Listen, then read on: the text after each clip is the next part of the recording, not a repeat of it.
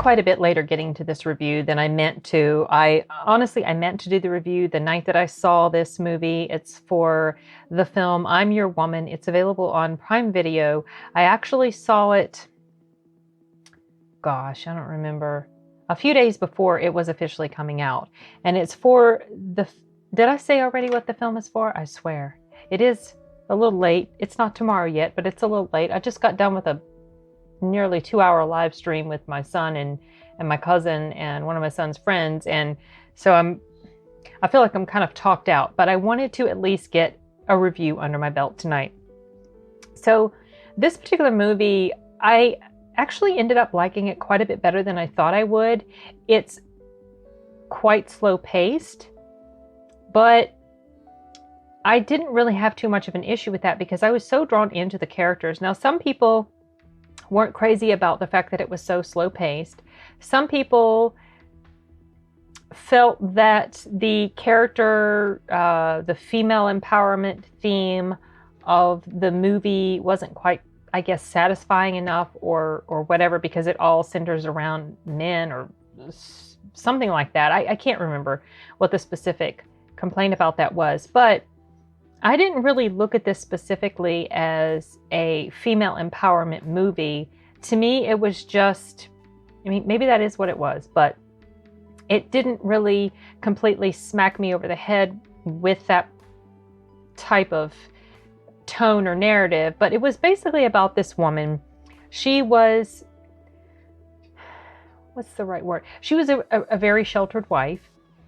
She had a very nice life with her husband here, who was involved in crime. And this is the beginning, one of the very first shots, I think, right there with her in that outfit. And you don't really quite get to know her very well. At the very beginning, you're not really connected with her. She seems very removed. I mean, that's how I felt about it. And her husband comes home. They were not able to have children. She talks about that a little bit, like as a narrative or something like that. And then her husband comes home with this baby. And so now they have a baby.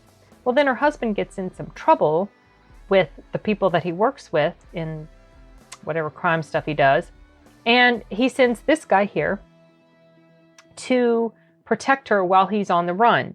So this wife is forced to go on the run with this little baby to get away from, she has no idea what's going on. She knows her husband is into crime, but she doesn't know specifically what is happening. She's kept in the dark about a lot of stuff. People aren't answering her questions. They're just trying to, shuttle her from place to place and protect her. And in the meantime, she's alone with this baby, and the baby cries a lot.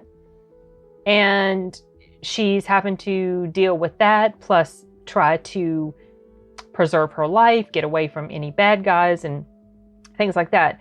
So over the course of the film, she gets to know that man's character. I can't remember what his character's name is, you guys. Oh, anyway, she gets to know him a little better, and he does things in the course of protecting her that come off as, well, at least one thing that comes off as pretty horrible, but at the same time, you sort of kind of understand why it happens, but it's so awful. But for me personally, it's really weird because he had to do this horrible thing, this character. And the thing that he did was pretty bad. But at the same time, as a character, I still liked his character.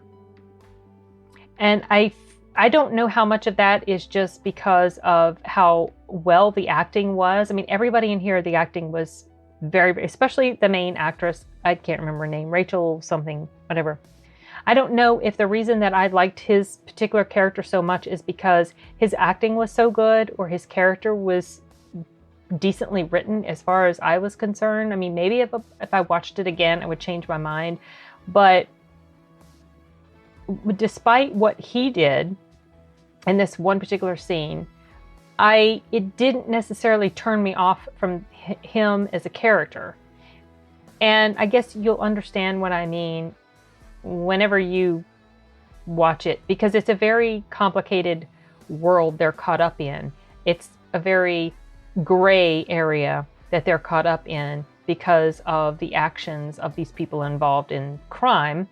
And anyway, whatever, I'm trying to keep from giving too many spoilers, but this film, it feels like it's a slow burn, and there's not a huge amount of action that happens on screen. Stuff that happens, you find out about it later, but there are some moments of action and suspense that occur, and it does make you, or it made me pretty tense, because I had no idea what was going to happen to the main character or to the people that she met, like this gentleman here who's the father of the guy that's helping her, and then the man's wife, his wife and his kid. And through the course of the movie, or later on in the movie, the main character gets to know the wife of the man who's protecting her, gets to know her a little bit better, and they kind of come to this one right here, they come to a certain level of respect for each other, despite, I almost said something that was kind of a little bit of a spoiler, but they come to respect each other and realize that they're in this difficult situation, and they form a pretty close bond. Appreciated how that played out in the movie. But I know that one of the complaints that has been raised about this particular movie and the main character is that you don't really feel very connected to the main character. And I sort of see what they mean by that, because it does feel like she's a bit removed from you. At the same time, I felt drawn to her because I wanted to see what was going to happen to her, and I felt sorry for her, and she seemed at heart to be a genuinely good person, just caught up in a very bad situation. And I was super curious to find out what was going to be the end result of this story. And I have to say that I personally felt pretty satisfied with the film. I felt satisfied with the way that it wrapped up, and I don't remember what the regular critics gave it. I think the regular critics gave it, not regular, like the official critics, I think they gave it a higher score than the audience did. But in this case, I would say that I might not rate it as high as the official critics do, but I don't really feel like it deserves the lower end type of rating that the audience gave it. I would probably fall somewhere in the middle. I don't think I will watch this again. However, I felt that the time that I spent watching this it wasn't wasted. I did enjoy it, even though I won't ever watch it again. Just because I want to watch a movie only once when I see it doesn't mean I didn't like it. It just means that was sufficient for me. I enjoyed it. It was a good film.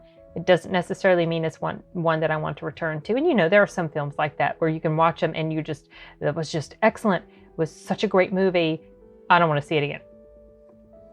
But it's kind of weird how that works. But anyway, yeah, I don't know. This is a long rambling review of this film that I hope makes sense. And I just wanted to go ahead and get this one under my belt. I've got some more that I would like to film, but I do not know when. We're approaching Christmas, and I have no clue when I'm going to get to the other ones. I want to do a review for Greenland, which I saw before that came out, and then there was another one. I can't remember what the other one was, you guys, and that's bugging me. But anyway, whatever. I'll get them under my belt at some point, maybe a year from now. So, okay.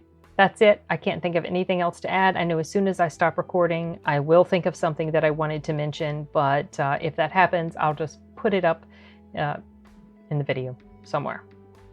Okay, guys, that's it for now. Adios.